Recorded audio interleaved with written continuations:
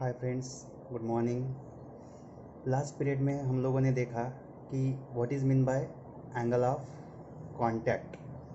तो angle of contact क्या था?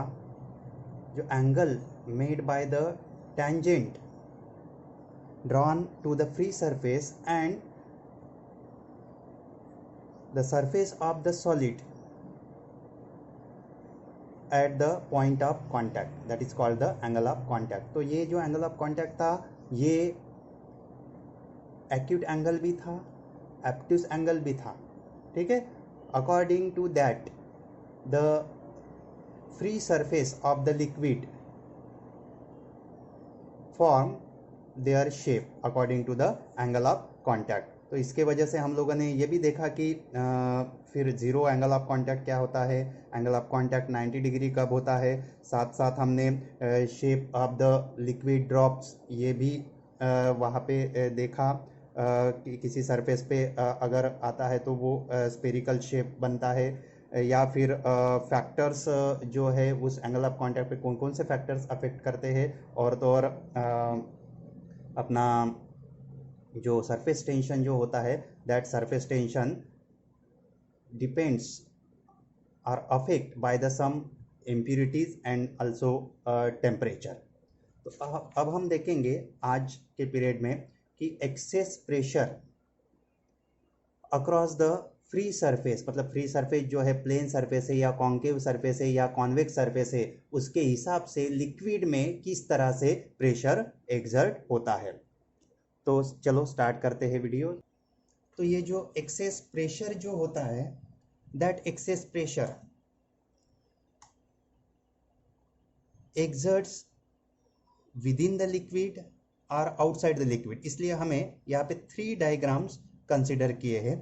One is for the plane liquid surface, second is for the convex liquid surface and third is for the concave liquid surface. तो अब यहाँ पे हम लोगों ने एक चीज कंसिडर करना है कि 2 मॉलिक्यूल कंसिडर करना है, molecule A and molecule B. तो molecule A is outside the liquid and molecule B is inside the liquid. तो ये जो दोनों मॉलिक्यूल के जो डिस्टेंस जो होता है दोनों मॉलिक्यूल का, that distance is almost zero, means level difference between the A and B, that is almost zero. इसलिए यहाँ पे होता क्या है कि that contributing any pressure, then there is no contribution of the any pressure because of this level difference is the zero. तो चलो यहाँ पे पहले इसमें देखते हैं प्लेन लिक्विड सरफेस। अब ये प्लेन लिक्विड सरफेस में मतलब प्लानर सरफेस जो होता है, अब यहाँ पे 2 फोर्सेज जो है, अब प्लेन लिक्विड सरफेस होने के कारण पॉइंट ए पे जो फोर्स एक्सर्ट होगा, so the resultant force due to the surface tension is the Ft on the molecule B. So that resultant force is zero because of the planar surface. So that Fa itself decides the pressure. अब ये point A पे जो pressure exert होगा, that decides itself and the pressure at point A and B is the same. अब ये A और B पे pressure same होने के कारण यहाँ पे जो प्रेशर डिफरेंस आएगा या एक्सेस प्रेशर आएगा वो नहीं रहेगा। देन सेकंड डायग्राम में जो देखते हैं हम लोग कॉन्वेक्स लिक्विड सरफेस। अब कॉन्वेक्स मतलब ये जो है, अगर आउटसाइड से देखे तो वो कॉन्वेक्स है और लिक्विड के तरफ से देखे तो वो कॉन्केव शेप है। अब इसमें क्या होता है कि जो पॉइंट ए और पॉइंट बी अगर कंसिडर करते हैं हम लोग, तो पॉइंट ए पे जो प्रेशर एक्सर्ट होगा that is the atmospheric pressure suppose, और ये पॉइंट बी पे जो प्रेशर एक्सर्ट होगा force due to the surface tension. अब यहाँ पे ये जो फोर्स एक्सर्ट हो रहा है वो है Ft और पॉइंट ए पे जो फोर्स एक्सर्ट हो रहा है वो Fa। अब यहाँ पे होता क्या है कि दोनों की डायरेक्शन सेम होने के कारण रिजल्टेंट फोर्स जो रहेगा, that resultant force in the downward direction. तो जो पॉइंट बी पे जो प्रेशर जो होगा वो पॉइंट बी पे ज्यादा प्रेशर एक्सर्ट होगा, means inside the liquid surface the pressure is the more, means the pressure on the concave side means inside the liquid, so that is the greater than that on the convex side. Then third diagram the concave liquid surface. अब concave liquid surface में क्या होता है कि जो बाहर का surface जो रहेगा लिक्विड सरफेस के बाहर का शेप वो रहेगा कॉन्केव शेप, और इनसाइड द लिक्विड वो रहेगा कॉन्वेक्स शेप। अब यहाँ पे होता क्या है कि कॉन्केव शेप होने के कारण जो force due to surface tension रहेगा that is outward direction, and point A पे जो फोर्स एग्जर्ट होगा ड्यू टू एटमॉस्फेरिक प्रेशर वो होगा इनवर्ड डायरेक्शन में। तो इसलिए ये दो जो नेट रिजल्टेंट फोर्स रहेगा inside the liquid that becomes less, इसलिए ये बाहर के साइड में जो एक्सेस प्रेशर रहेगा वो प्रेशर जो रहेगा वो बड़ा रहेगा वहां पे। तो ये तीनों प्लेन सरफेस में that pressure difference is zero, convex में inside the liquid pressure is zero, और यहाँ पे कॉन्केव लिक्विड सरफेस में outside the pressure is zero. अब जो इसीलिए अब यहाँ पे हमें आगे देखना है कि जो फॉर्मेशन जो होता है एक आधे लिक्विड ड्रॉप का या सोप बबल्स, तो वो स्पेरिकल शेप में जो होता है that is because of this condition. अब ये जो लिक्विड ड्रॉप्स और स्मॉल बबल्स जो होते हैं that are spherical in shape because of the force of the surface tension. अब ये force of the surface tension dominates the gravitational force.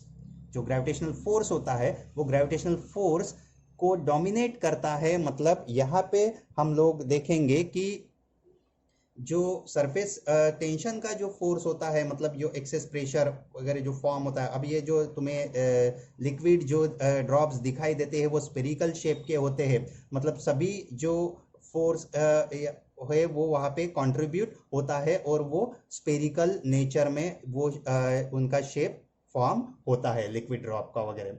तो ये जो this force always try to minimise the surface area of the liquid. अब ये जो surface area जो है वो क्या करने की कोशिश करते हैं, मिनिमाइज करने की कोशिश करते हैं। इसलिए ये जो बबल होते हैं या ड्रॉप होते हैं इस कोलैप्स नहीं होते हैं, मतलब अपना जो शेप है वो कोलैप्स नहीं करते हैं, वो अपने स्पेरिकल शेप में ही वहां पे फॉर्म होते हैं। सो that is because the resultant of the external pressure and the force of the surface tension is smaller than the pressure inside the bubble. अब मैंने पहले ही कहा कि जो कॉन्वेक्स सरफेस है मतलब inside the bubble, inside the liquid, that the pressure is the more. तो इसलिए अब हम देखेंगे ये explanation of formation of drops and the bubble. इसके लिए हम लोग ये कंसिडर करेंगे द स्पेरिकल ड्रॉप। इसमें जो PI है that is the pressure inside the drop and PO जो है that is the pressure outside the drop. अब ये जो बबल है या ड्रॉप जो है वो that is the spherical in shape, so the pressure inside is greater than the outside pressure, means you can write this PI is greater than PO, PI is greater than PO. Therefore we can write the excess pressure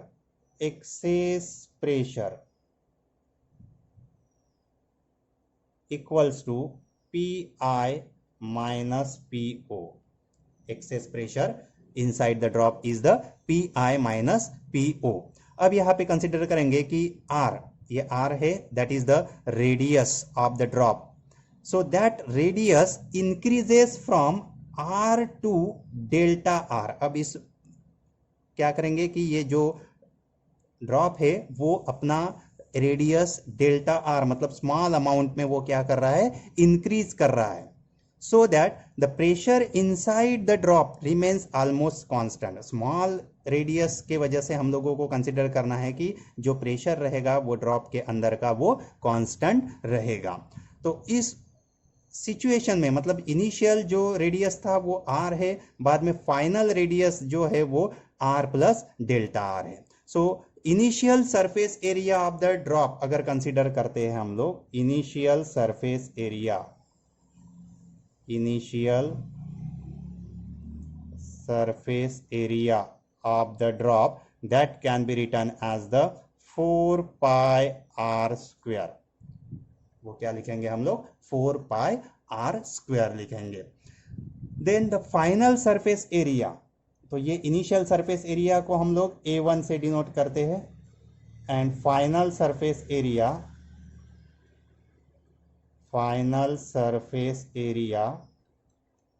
that is A2 suppose, and that can be written as, अब radius कितना हुआ अपना r plus delta r, तो इसलिए ये बनेगा 4 pi into r plus delta r whole square.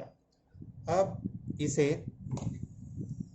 Expand करो a plus b whole square के फार्मूले से, means you can write A2 equals to 4 pi into r square plus 2r delta r plus delta r square, ये चीज आएगी यहाँ पे।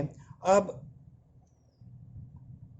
4 पाई से मल्टीप्लाई भी कर दो, 4 पाई आर स्क्वायर प्लस ये 4 into 2 8 pi r delta are plus ये आएगा 4 पाई डेल्टा आर स्क्वायर। अब ये जो डेल्टा आर लिया है that is very small increase, so delta R square, value of the delta R square also very small, तो ये जो टर्म है ये टर्म हमें यहाँ से निगलेक्ट करनी है, तो इसलिए ये जो A2 आएगा that A2 can be written as the 4 pi r square plus 8 pi r delta r. So the increase in the surface area क्या आएगा, अब ये final surface area minus initial surface area, that is the increase in the surface area. So increase in the surface area can be written as increase in surface area equals to A2 minus A1। अब A2 minus A1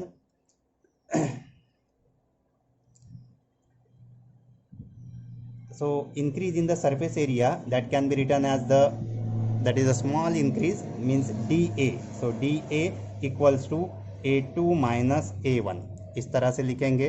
अब A2 minus A1 put करो यहाँ पे, मतलब 4 pi r square plus 8 pi r delta r minus 4 pi r square, 4 pi r square, तो ये 4 pi r square, ये 4 pi r square gets cancelled, means dA equals to 8 pi r delta r, ये आएगा यहाँ पे एक equation.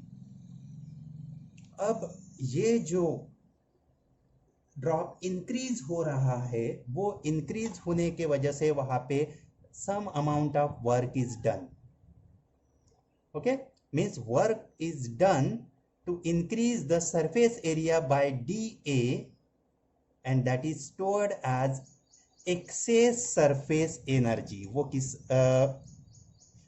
Form में stored हो जाता है, excess surface energy. So excess surface energy is given by excess surface energy.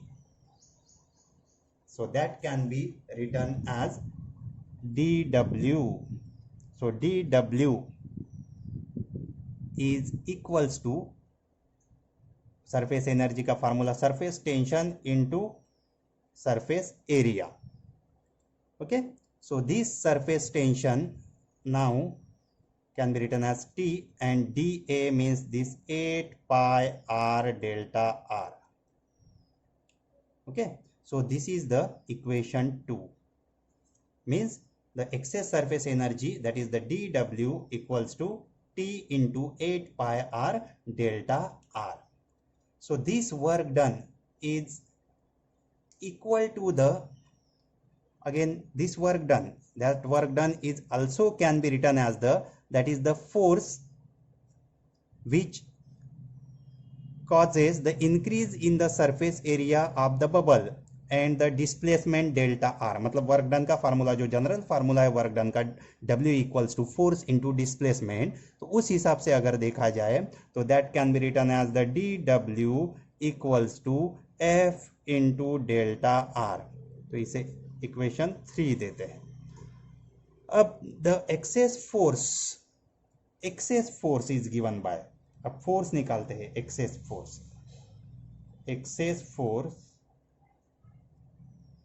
that is equals to excess pressure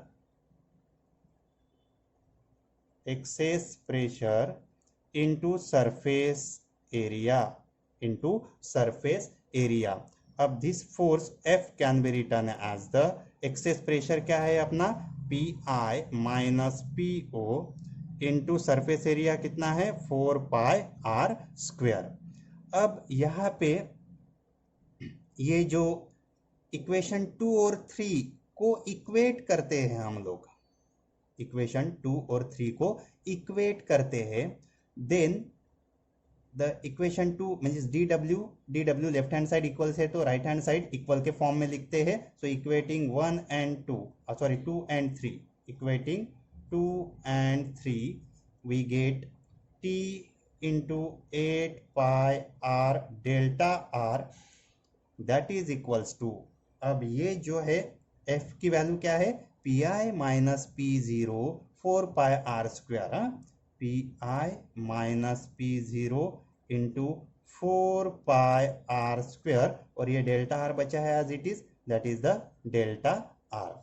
तो अब क्या कटता है देखो, दोनों साइड में डेल्टा r है, यहाँ पे 8 पाई है, यहाँ पे 4 पाई है, तो ये 2 टाइम्स बचेगा, 2 बचेगा, यहाँ पे ये r कट जाएगा, यहाँ पे एक r कटेगा, means you can write this PI minus PO that is equals to ये 2t डिवाइडेड बाय एक r बचता है।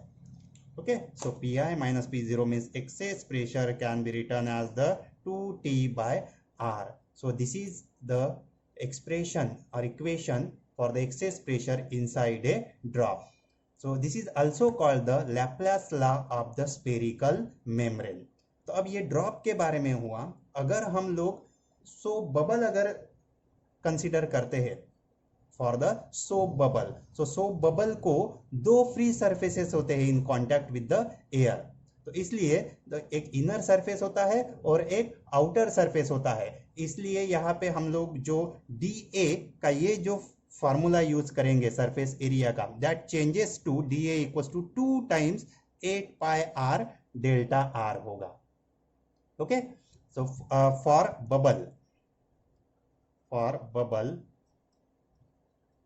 this dA can be written as the 2 into 8 pi r delta r होगा।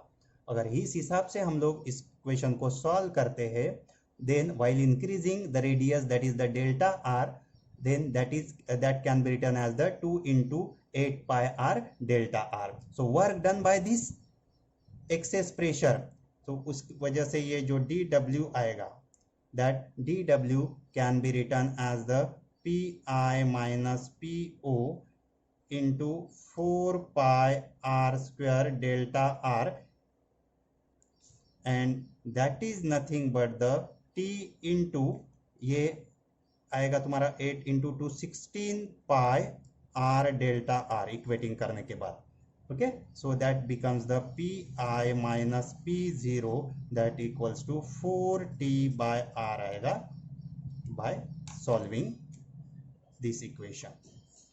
so this is for the drop excess pressure and this is for the bubble, so bubbles etc। okay students, so this is the formation of the drop and bubble, so this expression is also important here। then our next topic is the capillary action। what is mean by capillary? अगर अब यहाँ पे तुम्हें कुछ चीज examples मालूम हो गए, डेली लाइफ के एग्जाम्पल्स देखिए, दिए में जो बाती रहती है उसमें एक एंड बाती की एक एंड तुम लोग तेल में ऑयल में डाल के रखते हो तो भी वो ऑयल जो है वो अदर एंड तक पहुंचता है। तो उसी तरह से ये जो कैपिलरी एक्शन है या कैपिलरिटी जो है वो यहाँ पे परफॉर्म करती है। तो ये जो कैपिलरी जो हम लोग यहाँ पे अब ट्यूब के इसमें कंसीडर करेंगे, तो that tube having the very fine bore, जैसे कि उसका जो डायमीटर रहेगा वो 1 mm के रेंज में रहेगा, एंड ओपन दोनों एंड से ओपन रहेगा। सो वन जो एंड रहेगा वो तुम्हें लिक्विड में डीप करना है और अदर एंड जो है वो छोड़ देना है। सो इफ द लिक्विड जो रहेगा दैट इज पार्शली और completely wets the surface of the capillary tube, capillary, ठीक है, पार्शली या कंप्लीटली वेट कर रहा होगा तो उस समय the level of the liquid in the capillary क्या होता है, राइज होता है। मतलब जैसे कि वाटर में अगर ये कैपिलरी, ग्लास कैपिलरी तुम लोग डालते हो तो वो जो वाटर लेवल जो रहेगा वो ऊपर चढ़ेगा दैन द नॉर्मल कंडीशन। मतलब कैपिलरी ट्यूब में तुम लोगों को ये इस तरह की सिचुएशन दिखाई देगी, ये जो नॉर्मल लेवल है तो ये कैपिलरी ट्यूब में वो लेवल जो है वो राइज हुई तुम्हें यहाँ पे दिखाई देगी, ठीक है। इसी तरह से किसी किसी चीज में क्या होता है कि जो कैपिलरी ट्यूब डीप करने के बाद लिक्विड जो है that does not wet the surface, then the level of the liquid in the capillary tube is falls. Okay, तो ये जो सेकंड डायग्राम है ये फॉलिंग की कंडीशन है। इसलिए हम लोग इसको डिफाइन किस तरह से करेंगे कैपिलरिटी को, द फेनोमेनन ऑफ राइज और fall of a liquid inside a capillary tube when it is deep in the liquid that is called the capillarity। तो कुछ एग्जांपल्स यहाँ पे दिए हैं। Oil rises up the wick of the lamp, बाती से वो ऑयल एक एंड से दूसरे एंड तक जाना। क्लॉथ रैक सक्स वाटर, जो कपड़े की चिंदी होती है वो अगर वाटर में डुबोते हैं, वाटर लगता है तो उसको वो पूरा वाटर क्या करती है, एब्सॉर्ब कर लेती है। Water rises up the crevices in rocks, मतलब पत्थर के जो फट होते हैं या गैप जो होते हैं उनमें से वाटर जो है वो ऊपर नीचे से ऊपर जा सकता है, राइज हो सकता है।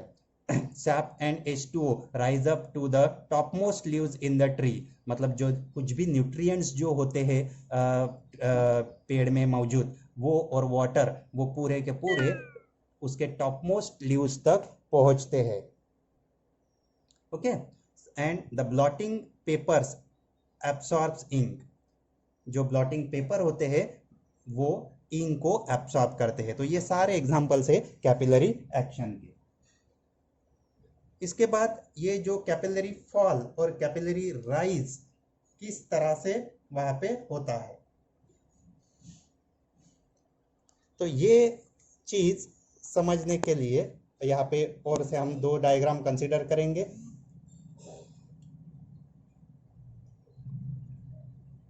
तो यहाँ पे जो कैपिलरी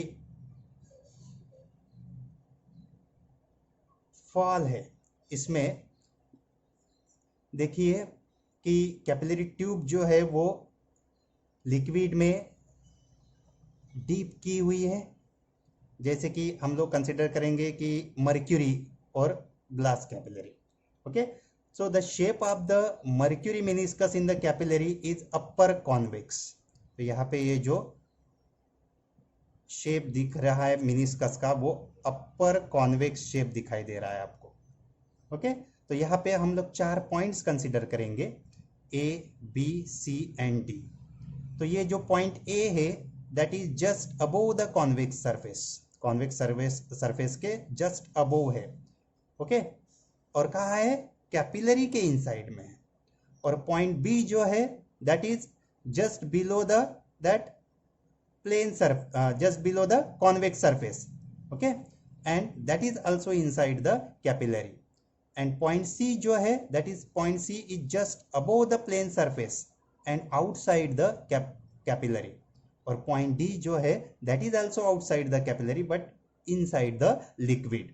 तो ये 4 पॉइंट यहाँ पे कंसीडर करना है। और चारों पॉइंट पे जो प्रेशर हम लोग कंसीडर करेंगे, तो पॉइंट A पे PA ये प्रेशर कंसिडर करेंगे, पॉइंट बी पे पीबी ये प्रेशर कंसिडर करेंगे, पॉइंट सी पे पीसी और पॉइंट डी पे पीडी ये प्रेशर कंसिडर करेंगे। Okay, so that values of the pressures at the points A B C and D respectively. So the pressure on the concave side, अब यहाँ पे हम लोगों को पता है pressure on the concave side is always greater, मतलब ये जो कॉन्केव साइड है मतलब inside the liquid in the capillary वो क्या है, प्रेशर यहाँ पे ग्रेटर रहेगा then that of the convex side. तो इसलिए यहाँ पे तुम्हें जो पी बी जो रहेगा that is greater than P A रहेगा. Okay, again as the points A and C, अभी यहाँ पे A and C are the same level पे है, कंसीडर करते हैं. ये जो पॉइंट ए और सी जो है वो सेम लेवल पे कंसीडर करना है, राइट. यहाँ पे मैंने निकालते वक्त थोड़ा सा ऊपर नीचे हो गया है, ये लेवल मतलब यहाँ पे कंसीडर करते हैं ये पॉइंट सी. ओके, तो ये जो है वो सेम लेवल पे यहाँ पे कंसीडर करेंगे. मतलब यहाँ पे P A equals to P C रहेगा, दोनों पे एटमॉस्फेरिक प्रेशर एक्सर्ट होगा. Now between the point C and D, अब सी और डी में the surface is the plane, तो प्लेन सरफेस होने के कारण यहाँ पे जो पी सी रहेगा that is equals to P D रहेगा. अब ये C P C equals to P A है, तो यहाँ पे तुम लोग पी ए लिख सकते हो. तो ऑब्वियसली इस ऊपर से हम लोग लिख सकते हैं कि this P be always greater than the P D also, means pressure at point B is greater than the pressure at point D. Okay, so these 2 points again are at the same horizontal level. ये दोनों same horizontal level पे होने के कारण in order to maintain the same pressure, the mercury in the capillary rushes out of the capillary. So because of this there is a drop in the level of the mercury inside the capillary. इसलिए ये जो level जो है वो यहाँ पे fall होती है because of this pressure difference. Okay, then second case है capillary rise. अब कैपिलरी राइज में सिंपली वाटर और तुम लोग ग्लास कैपिलरी कंसीडर कर सकते हो, और सेम वे से यहाँ पे भी कंसीडर कर सकते हो. जैसे अब ये कॉन्केव जो सरफेस है, ये concave surface outside the capillary outside the liquid but inside the capillary more है, तो यहाँ पे प्रेशर जो रहेगा वो मैक्सिमम रहेगा. तो यहाँ पर प्रेशर मैक्सिमम होने के कारण और प्रेशर सेम मेंटेन करने के कारण ये जो लिक्विड जो रहेगा वो ऊपर के तरफ राइज होगा. तो ये कैपिलरी राइज के लिए हो गया. अब यहाँ पे हम लोग कुछ एक्सप्रेशंस डिराइव करते हैं, एक्सप्रेशन फॉर कैपिलरी राइज और फॉल. तो पहला है उसमें यूजिंग प्रेशर डिफरेंस. अब ये प्रेशर डिफरेंस में क्या होता है? ओके, सो द प्रेशर जो लिक्विड या वाटर के वजह से जो H इतने हाइट पे जो एक्सर्ट होता है, so that is equal to the pressure difference जो रहेगा वो रहेगा 2T/R due to the concavity. Concavity के कारण ये जो प्रेशर डिफरेंस जो रहेगा वो रहेगा H rho G height H पे, तो वो आएगा 2T/R.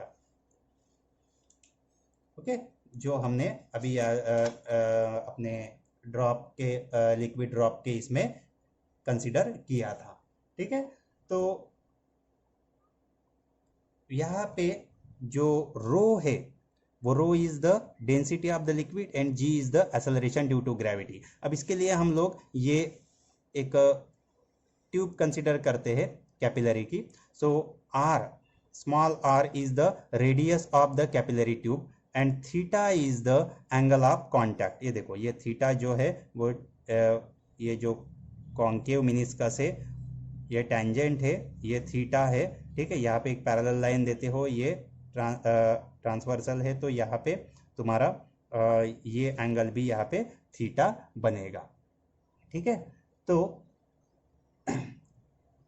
रेडियस जो है ऑफ कर्वेचर, अब ये जो कॉन्केव कर्व है इसका जो रेडियस है of the meniscus, that radius is given by r equals to small r by cos theta आएगा. ये समझ में आया? यहाँ पे ये अगर ट्रायंगल कंसीडर करते हैं, cos थीटा की वैल्यू लेते हैं, cos थीटा की वैल्यू जो रहेगी वो एडजेसेंट बाय हाइपोटेनियस, मतलब small r by capital R, मतलब capital R equals to r by cos theta. तो इसलिए ये r की वैल्यू यहाँ अगर डालते हैं तो ये आएगा h rho g that is equals to 2t by r by cos theta, means it becomes the 2t cos theta by small r. Okay, इसलिए ये जो h की वैल्यू आएगी h इक्वल्स टू ये आएगा 2t cos theta by r rho g. Okay, so too much this height, that liquid rises or falls inside the capillary tube. So this equation gives the expression for the capillary rise or fall for a liquid. So narrower the tube, the greater is the height to which the liquid rises or fall. मतलब जितनी tube narrow रहेगी उतनी वो liquid surface rise होना या fall होना वो उस हाइट पे डिपेंड करेगा. देन सेकंड यहाँ पे केस है यूजिंग फोर्सेस. अब यूजिंग फोर्सेस में यहाँ पे ये डायग्राम देखिए. सो अगर water inside the capillary rise होता है mean that case is the against gravity. तो इसलिए जो weight of the liquid column जो रहेगा, weight of the liquid column must be equal and opposite to the proper component of the force due to the surface tension of the point of contact. तो ये जो point of contact रहेगा उसमें proper जो forces exert होंगे उनको अभी consider करना है हमें यूजिंग फोर्सेस में. तो यहाँ पे length of the liquid in contact inside the capillary. अब ये जो एक ट्यूब जो अगर ऐसे इस तरह की ट्यूब रहती है तो ये ट्यूब में जो सरफेस कांटेक्ट में रहेगा वो ऐसे पूरा उसके सरकमफरेंस इतनी लेंथ रहेगी. ठीक है, तो लेंथ ऑफ द लिक्विड जो रहेगा that is the length of liquid that is equals to कितना आएगा ये 2 pi r. Okay, now thus the force due to surface tension is given by is the Ft. Suppose force due to surface tension is the Ft, means surface tension. अब force मतलब क्या है, surface tension into length in contact. Okay, means Ft can be written as the T into 2 pi r. Ft equals to T into 2 pi r आएगा. Now this direction of this force is along the tangent, मतलब ये इस direction में या इस direction में इस तरह से रहेगा. So vertical component of the force is given by vertical component of force. Vertical component जो ये रहेगा Ft का vertical component V equals to ये रहेगा T surface tension into 2 pi r into cos theta. Okay, that is the 2 pi r into cos theta. Cos theta is the vertical component ले अगर consider करते हैं हम लोग. Then तो अभी यहाँ पे अगर लिक्विड जो है वो कॉन्केव मिनिस्कस है, इस तरह से अगर हम लोग वहां पे इग्नोर करते हैं, देन मतलब एक लेवल पे अगर कंसीडर करते हैं, the volume of the liquid in the capillary rise is volume of liquid in capillary rise that can be written as the V equals to ये आएगा पाई r square h. और mass of the liquid in capillary tube